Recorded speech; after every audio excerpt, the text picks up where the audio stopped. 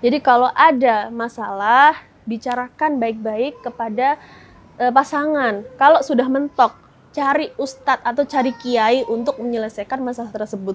Orang yang netral. Jangan ke orang tua, jangan ke mertua. Kalau orang tua akan cenderung membela kita. Kalau mertua akan cenderung membela suami.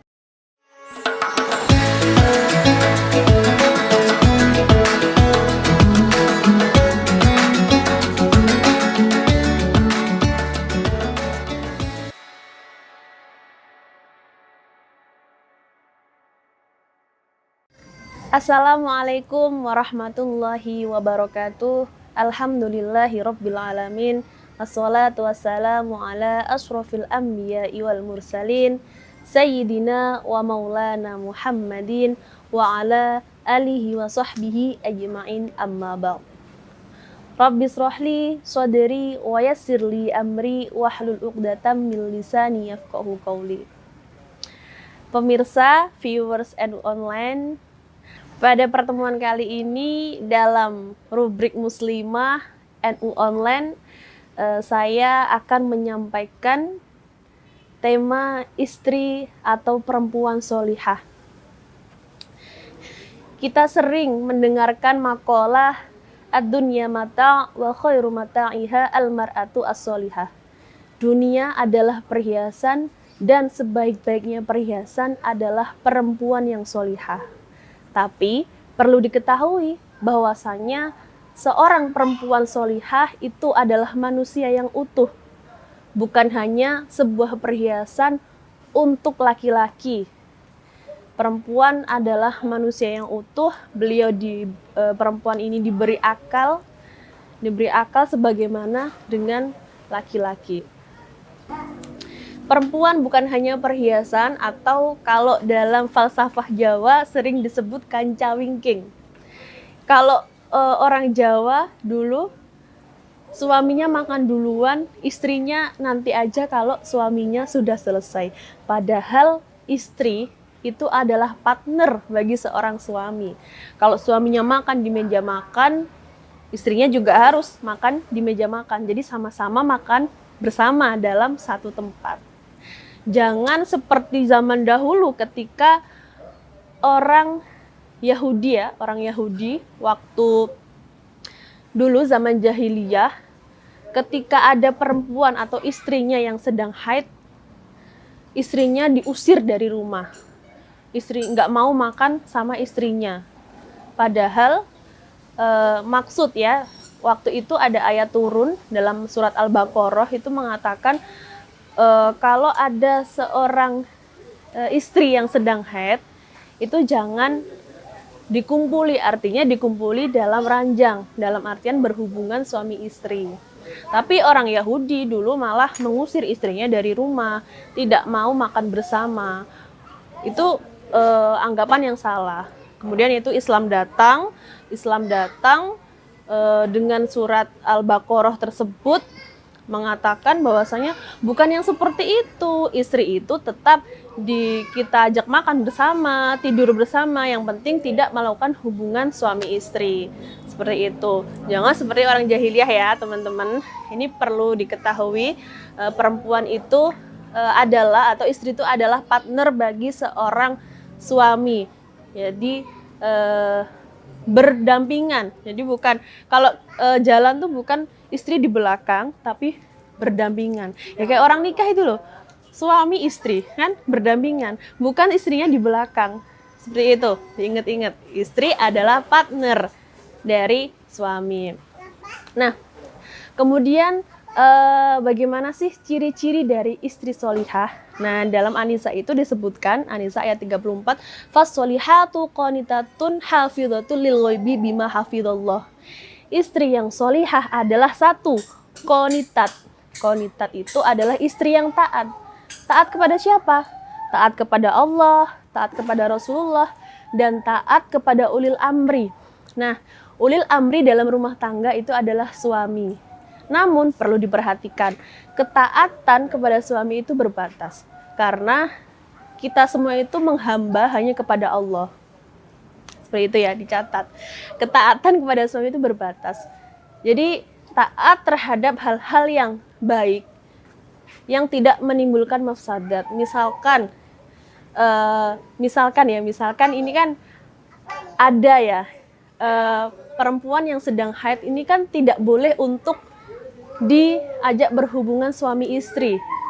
Nah, kemudian ada suami yang istilahnya memaksa. Ini boleh kita menolak. Kita tidak boleh menuruti suami yang memaksa istrinya untuk berhubungan badan ketika sedang haid. Karena memang itu jelas-jelas sudah dilarang ya, dilarang ketika seorang atau istri yang haid itu tidak boleh disetubuhi.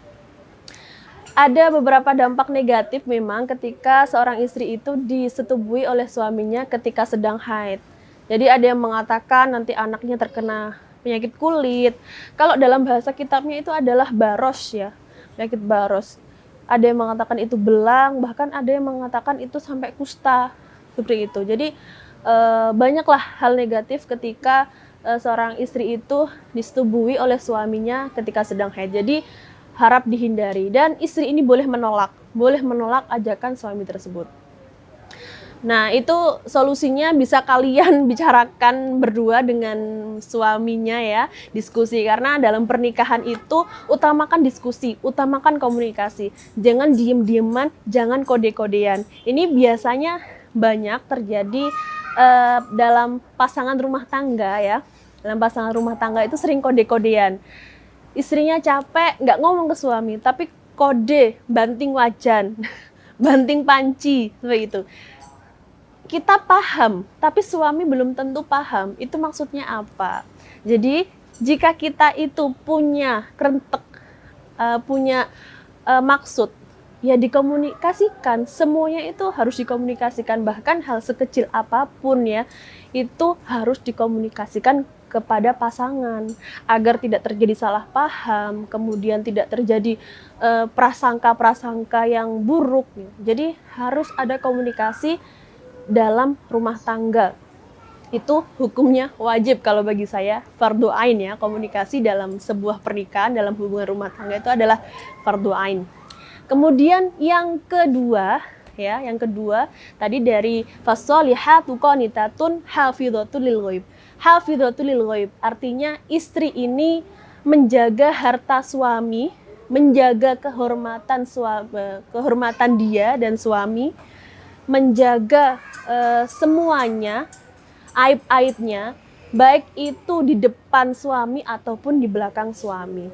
Kadang ada istri yang suka mengumbar aib suaminya.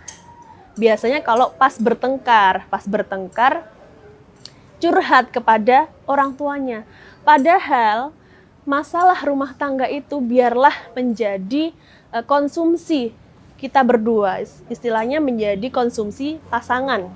Jangan cerita ke siapa-siapa, jangan cerita ke orang tua, ke mertua, ke teman-teman, apalagi update di media sosial. Ini yang sering terjadi pada pasangan-pasangan muda karena masih labil mencari update status di media sosial dengan tujuan mencari pembelaan, mencari pembenaran dengan apa yang dia lakukan.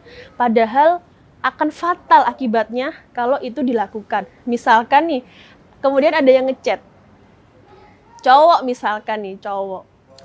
Kemudian chattingan, wah itu akan menjurus kepada perselingkuhan. Jadi jangan sampai kita ini ya menuliskan masalah rumah tangga menjadi konsumsi publik, bahkan media sosial, karena itu bisa dibaca oleh siapapun dan kapanpun, karena jejak digital itu nggak bisa dihapuskan, pemirsa.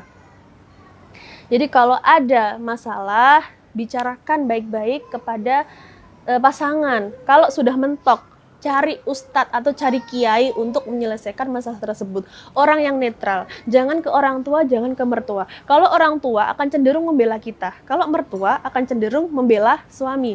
Jadi sebaiknya cari orang yang memang netral, kemudian bicarakan masalahnya. Kalau itu sudah mentok ya, pasangan tidak bisa menyelesaikan masalah tersebut.